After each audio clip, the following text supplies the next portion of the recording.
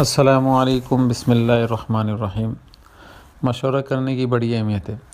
حضور اکرم صلی اللہ علیہ وسلم صحابہ کرام رضوان اللہ علیہ اجمعین سے مشورہ طلب کیا کرتے تھے،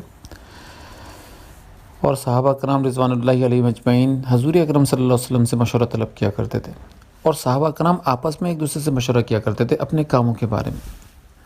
جب حضرت علی رضی اللہ تعالیٰ عنہ اور حضرت فاطمہ رضی اللہ تعالیٰ عنہ کا عقد ہونے لگا تو اس کے بارے میں بھی مشورہ لیا گیا۔ حضور اکرم صلی اللہ علیہ وسلم نے حضرت فاطمہ رضی اللہ تعالیٰ عنہ سے مشورہ لیا کہ بھائی اس طریقے سے حضرت علی رضی اللہ تعالیٰ عنہ کا رشتہ تمہارے لیے آیا ہے، تم کیا کہتی ہو؟ ایسے ہی بہت سارے واقعات ہیں جس میں مشورے کی اہمیت کو اجاگر کیا گیا ہے، اور پوری قرآن کے اندر ایک سورہ شورا مشورے کے نام سے اتاری ہے اللہ تعالیٰ کی ذات نے۔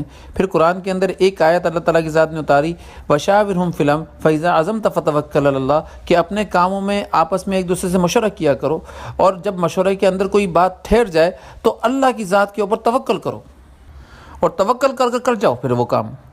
انشاءاللہ تعالیٰ اللہ اس کام سے تمہیں خیر ہی پہنچائیں گے، برائی نہیں پہنچنے دیں گے۔ اور استخارہ بھی مشورے کی ایک قسم ہی ہے، استخارے کو مشورے سے الگ نہیں کیا جا سکتا ہے۔ استخارہ ہو یا مشورہ ہو، دونوں کام کرنے کے بعد معتبر اصل چیز جو ہے نا، وہ ہے اللہ کا توکل، وہ ہے اللہ کی ذات کا یقین۔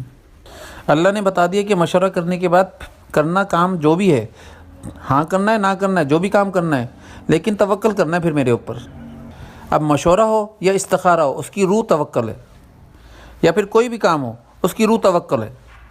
واللہ اعلم بالصواب۔